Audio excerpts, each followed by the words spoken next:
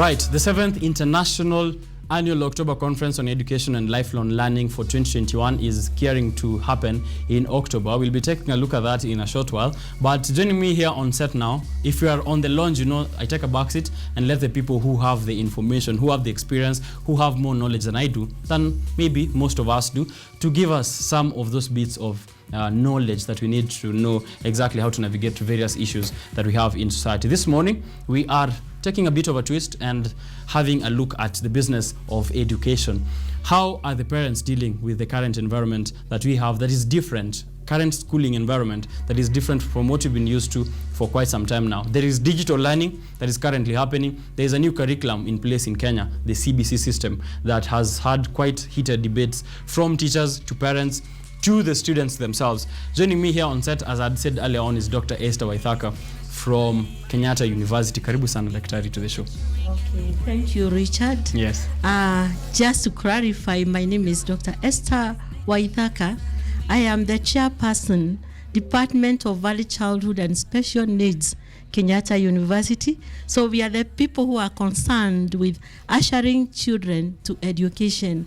Right now, I'm representing the conference, School of Education Conference.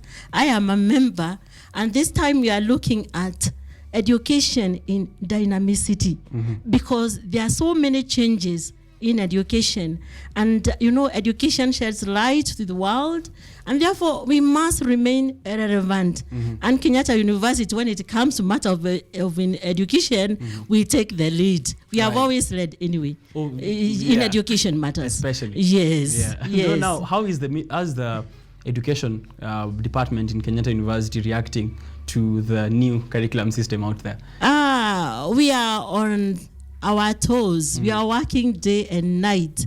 We have aligned our programs to meet the needs, but there are changes of goalposts. Today, we want this. These are the teething problems we have in the Ministry of Education with the KICD and all the stakeholders. There are many changes that come by, and therefore we are aligning and realigning the programs to meet the demands and also to meet the requirements of the Ministry of Education. Right. Yeah. Now, in matters of educating the children now themselves in school, how important will you say is that parent and teacher communication in ensuring that these school-going children are receiving the best?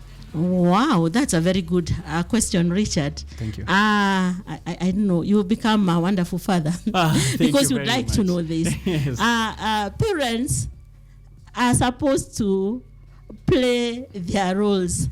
For a long time, they have abdicated their roles. They left the children with the teachers. And also, the teachers have not been trained to play the parents' role. So children have been going astray.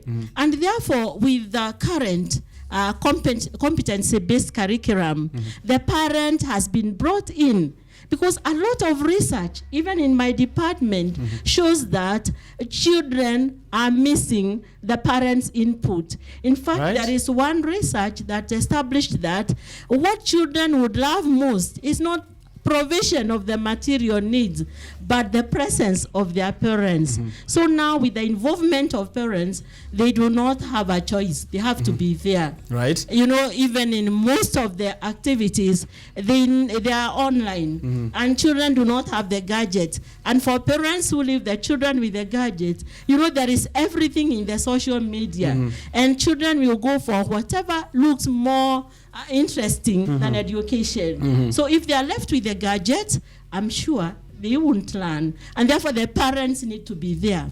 I just hope the churches and other religious institutions are reminding parents that children are exposed and they are in danger if they don't play their role. We're not in an era anymore where the role of a parent is just take a kid to school, pay school fees, and leave them there to the teachers. They need to be there to help themselves healthy priorities, right?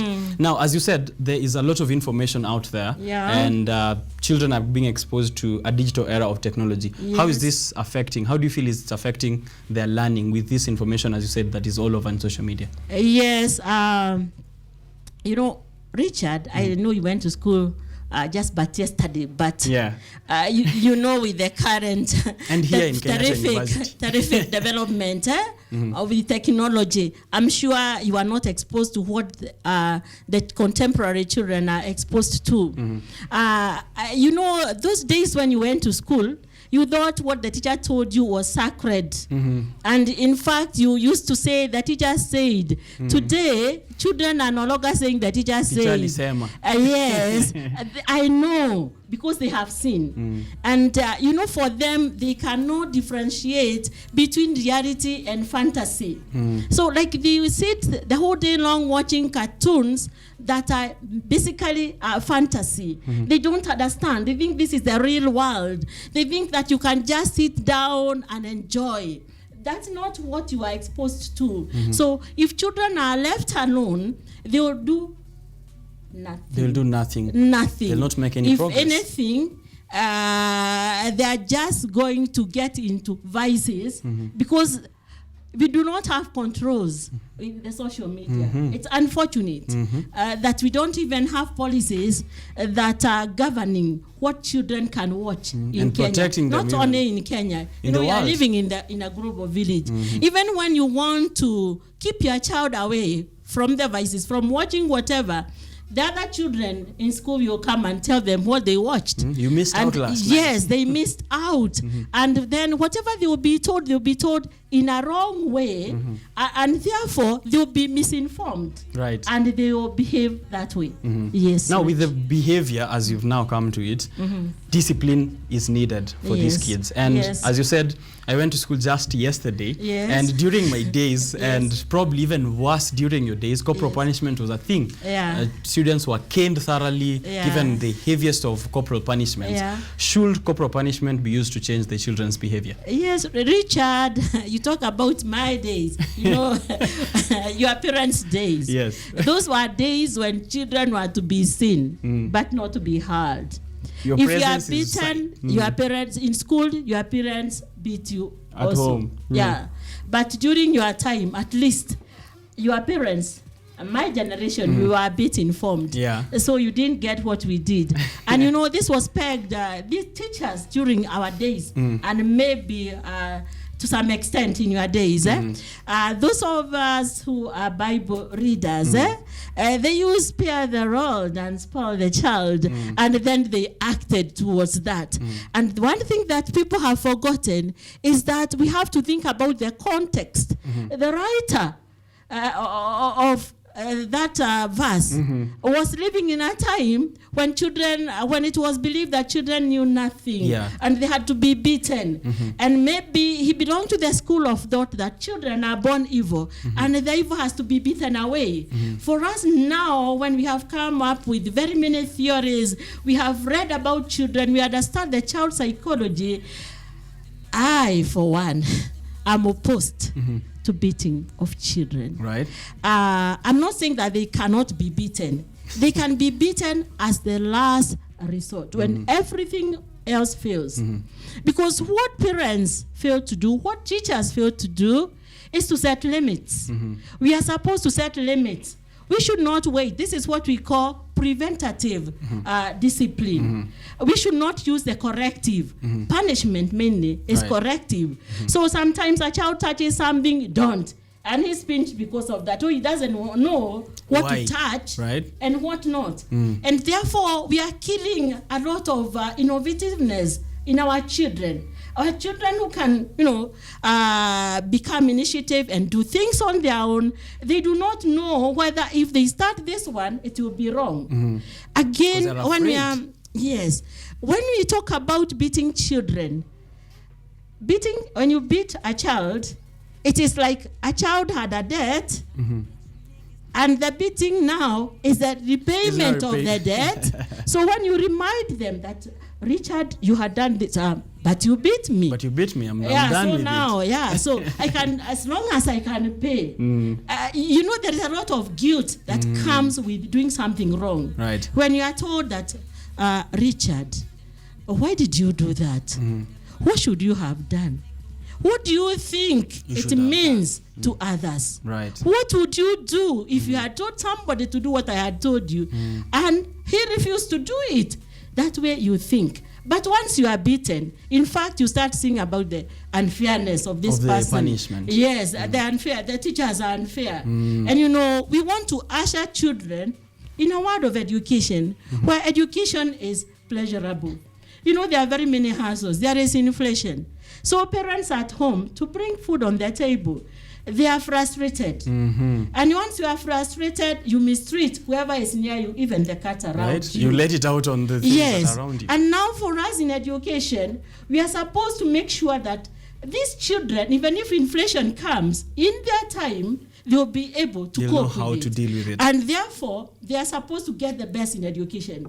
But once you start beating them, you know, from home, they have been beaten. They have been shouted at. They come to school. It continues. No wonder we have witnessed a lot of suicide cases. From these because kids. Children do not know what to do. Where do they go? Yeah. So I do not advocate for corporal punishment. For corporal punishment. And there is so much about corporal punishment. You know, it is demeaning. Yeah. If you are walking with your head up high, I'm sure, Richard, if somebody came and give you slaps here, you would not be ready to face the people. So of course, because you are feeling like you are down. Self-esteem is gone. Your self-esteem is gone. Even some children are bullied by others because of the beating they have received from their teacher. Oh, like you've been beaten. Yes. And then they associate the teacher with punishment. They associate the teacher with the pain. So when they are teaching them mathematics, and remember, Rich, as they sit down and watch television, it's all fun.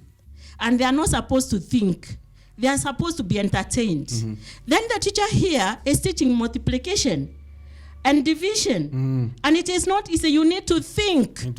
You need to think. So this teacher must make you interested in him or her for you to love the difficult stuff that is giving you. He's not entertaining you. They want to be entertained. But they can only be very keen about studies if they love you as a teacher. But if you are inflicting pain, I'm sure they won't love you. So since we are trying to avoid inflicting pain on the children, but also ensure that they get punishment for any vices that they do, how can we make punishment to be effective? Okay, just a little correction. Punishment is the infliction of pain. Right. But we want them, we want to manage their behavior.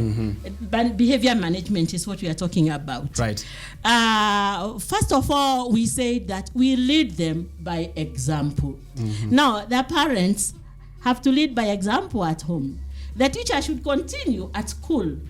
Unfortunately, I do not know whether there is any test of integrity before some people become teachers. And again, you know, nobody goes for any training to become a parent. You know, what makes me very worried as a specialist in early childhood is that for you to be a broadcaster here, Richard, you have gone a lot of training. Yes. And you know, you do this, and when you are aged, of course, you retire. But for bringing up children, and you remain a parent forever, as long as you live. As long as you're you alive. are a parent. It's a job you can't resign from. Nobody gives you training.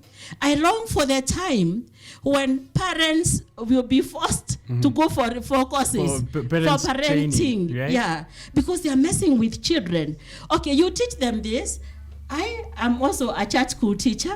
I am a Christian, and therefore I teach in church school. As well. And I use the skills that I've acquired from Kenyatta University. I use the skills that we are giving to our students.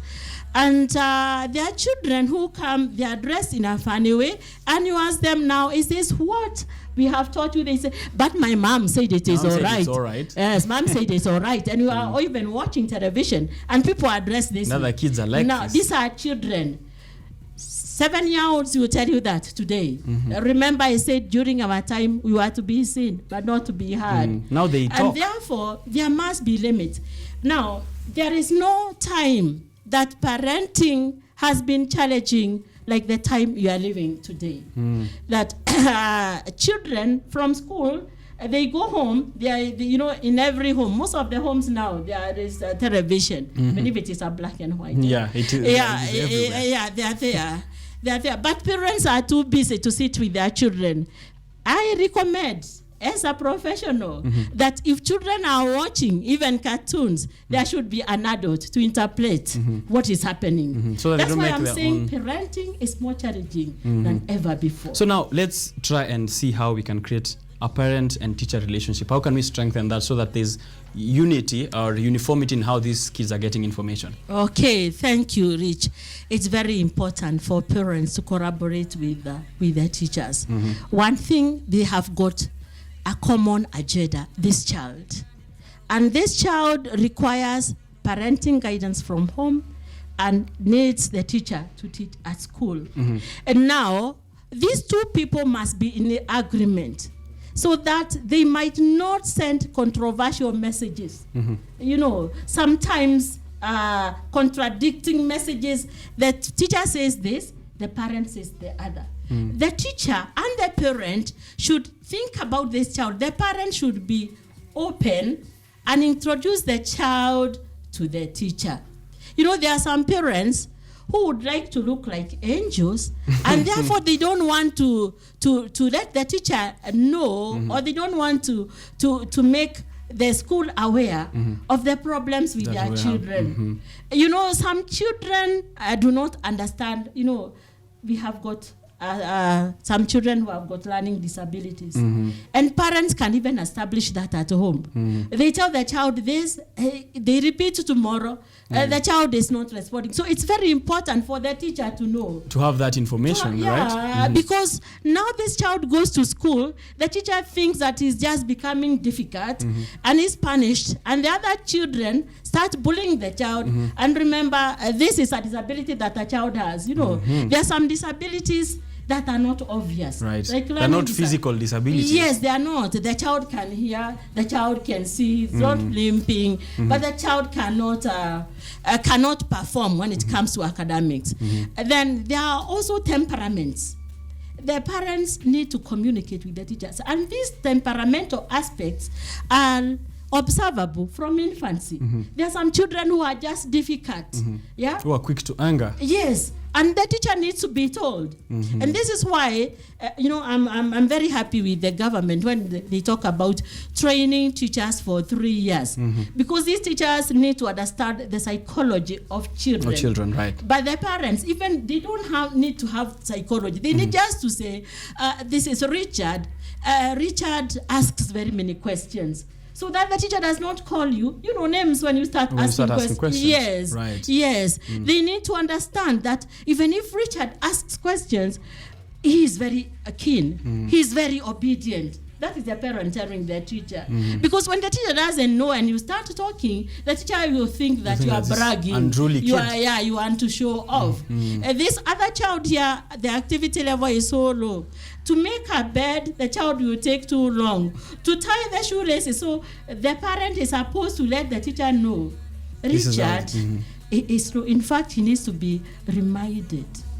Richard is easily distracted. You know, parents have been with these children from the time they were breastfeeding them. Right. And there are some children, when an aeroplane passes by, they have to go and see it. They look up, even when they were being breastfed, they look up and they forget that they were breastfeeding. And you know now breastfeeding is about feeding. Right. Yeah, so that is the ultimate. But if they can forget that they were breastfeeding. What about education? So when an aeroplane passes by, Richard will stand and go to the window. So the teacher, what's wrong with you? And start beating now, the kid. When a teacher understands this, Richard, are you still doing your work? Right. So Richard goes back and is sure that the teacher loves him. Yeah, this is what you're supposed to do. You're supposed to communicate.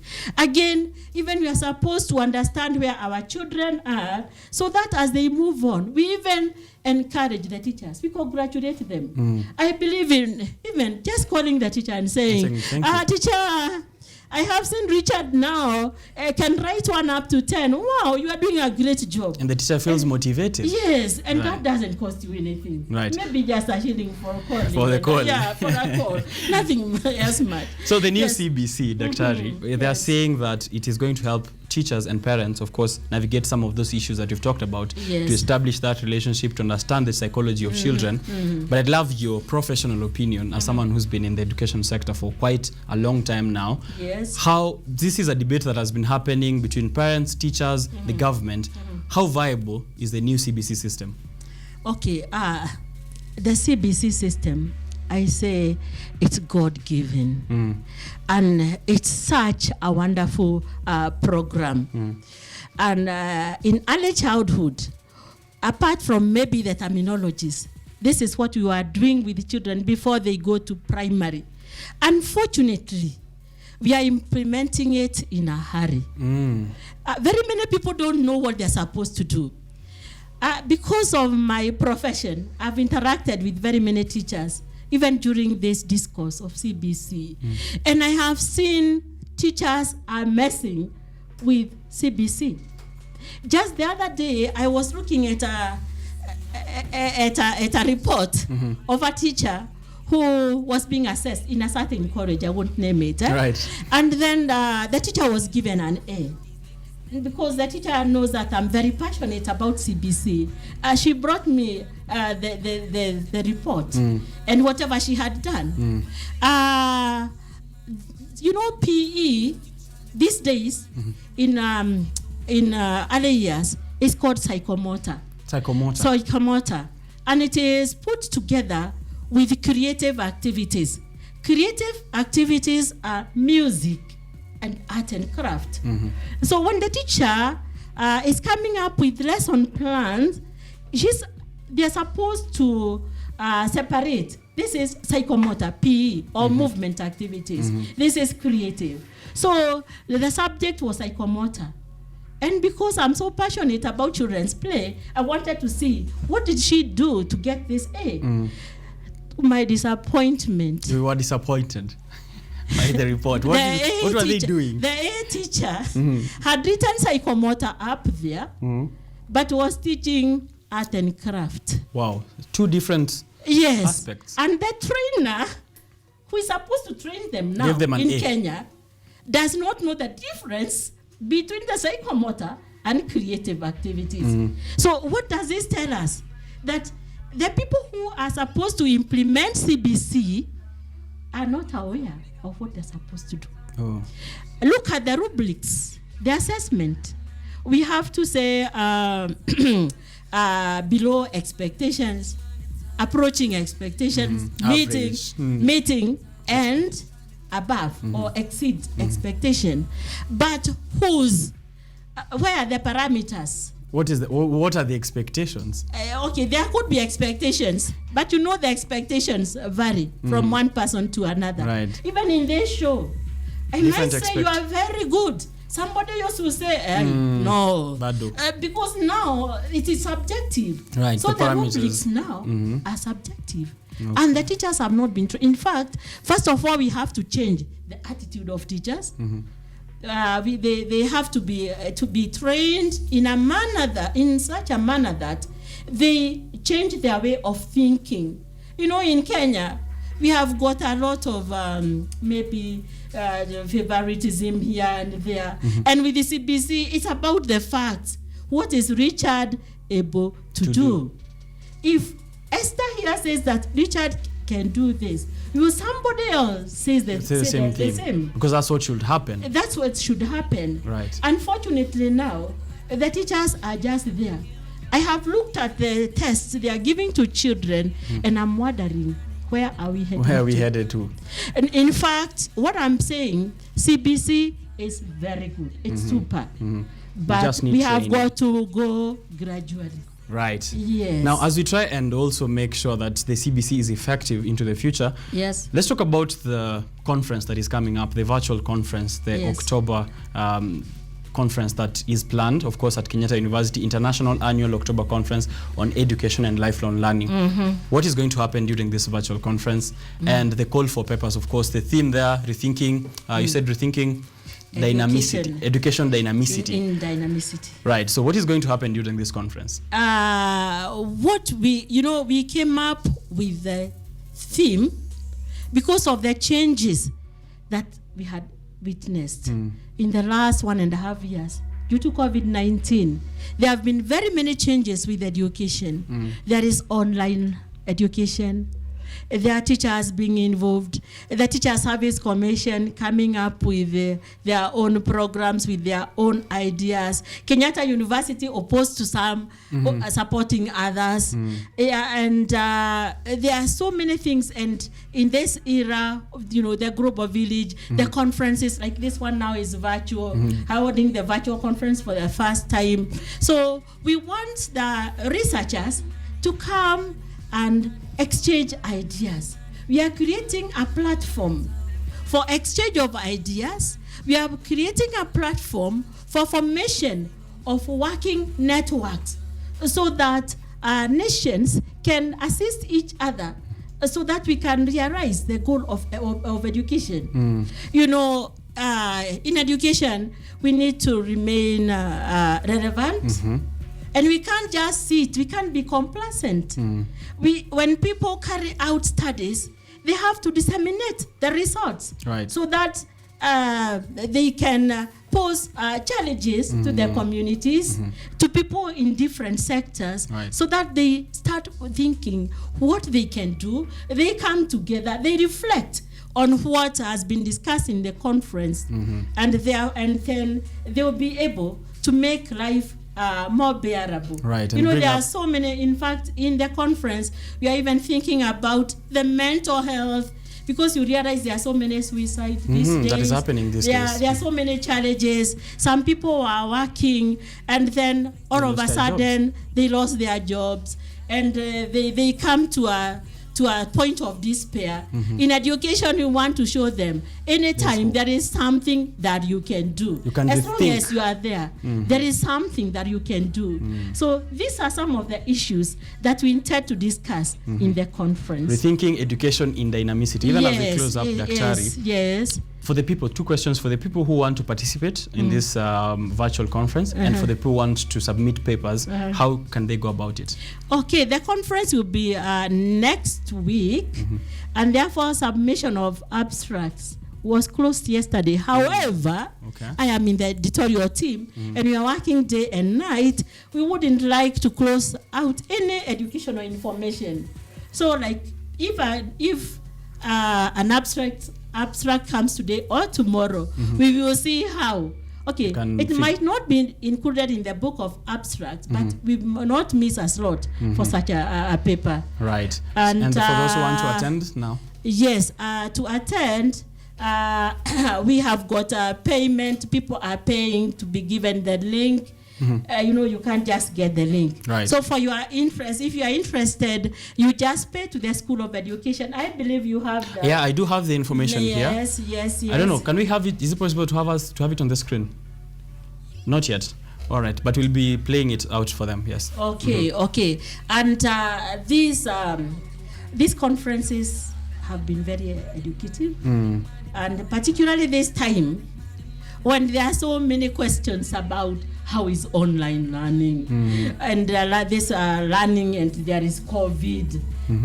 Then the reforms in Kenya, and then you see we have not had teachers trained for the last 3 years. So we have got schools where there's vacancies but no replacement.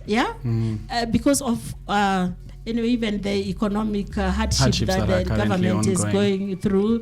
And therefore, people need to discuss and see what can we do. So there are papers. There are all sorts of papers. I've been reviewing them, so I know. They are very great papers. Great researchers who are coming to discuss. I'm trying to see any... And it is so international. We have people from the USA, Britain, Zimbabwe. In Africa, very many countries are participating. Right. Do we have a guest of honor? They're asking? Yes, the regional director of UNESCO. It will be the chief guest. Then we have keynote speakers. We have one from Arizona University, Professor Beth Bruce Wadner. We have another one from Zimbabwe, and we have others. We have many guests. A lot of guests that are coming Yes. Right. People who are very experienced, very knowledgeable. Right. Dr. Esther, of course, the chairperson, Department of Early Childhood and Special Needs Education. The comments here on Facebook, watu wanasema, Boniface Otieno, Dr. Esther Waithaka's take on corporal punishment is changing children's behavior is a must listen to new parents.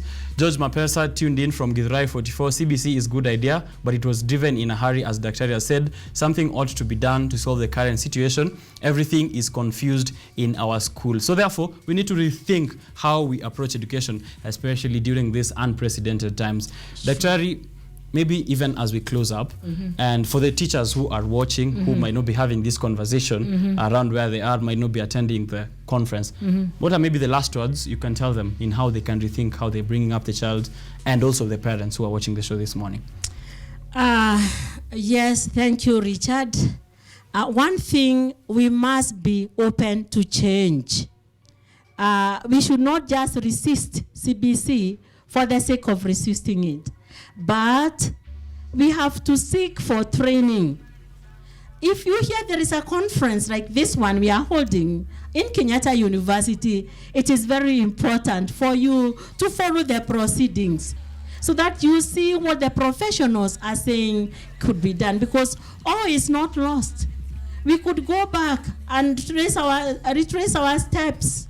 The training, even KICD, Kenyatta University, and all the other stakeholders, we should come up with courses to make sure that there is no confusion, because these children are living just once. It is not rehearsal, and therefore we should not waste their time. So we should seek knowledge. We can't just afford to go to class and give children nothing. It is something that is like education, but it's not education. Yeah. So it is time for people to seek for information. And I'm saying, like in Kenyatta University, in the School of Education, being led by Professor Kombo, we are very passionate, and we can answer any question. In fact, some people come to us to ask us what they can do, even when they are starting their schools. And in fact, we have not started charging anybody. Okay. So we are there for consultation. Great. So if you don't know what to do about discipline, especially discipline of children in this era, you don't know what to do about CBC, you don't know how to relate with the parents as a teacher in CBC, just book an appointment with us. Right. We are there. We respond to the needs of the society. That is the philosophy of Kenyatta University. I love the fire in you, Dr. Okay, thank you. Thank you very much for having the conversation with me. Say hi to the people at the School of Education. Also an alumni of Kenyatta University, so I'm really glad to have you here. Yeah. Okay, so that is it. For the professionals who are out there, make sure that you're rethinking the strategies to approach the new environment, and of course to close that gap in conflict between how changes have made the approach to education different, especially during this time. That was Dr. Esther Waithaka from the Department of Education. If you missed any bit of the information that we've had here, you can roll back on our Facebook page at KUTV Kenya, where we've been streaming live, but we will also be uploading the interview on YouTube, KUTV Kenya, so you can check it out for the parents and teachers and students who are watching this to get some of that information. Now, as we continue with the show, I'll be taking a break, but we are airing to you a conversation that we had 2 weeks ago with the guys from Notify Mall. They're setting up a space where entrepreneurs can go and get a space for as low as 20,000 bob per year to set up shop in their own mall. They have a space for you. How are they doing that? How different is this approach to business in the country, especially when now most of businesses cannot afford the expensive spaces to set up a whole structure? How do you do that in collaboration with others is what Notify is trying to take a look at. So let me leave you with that interview, and then I'll be taking a look at your comments across social media platforms, and then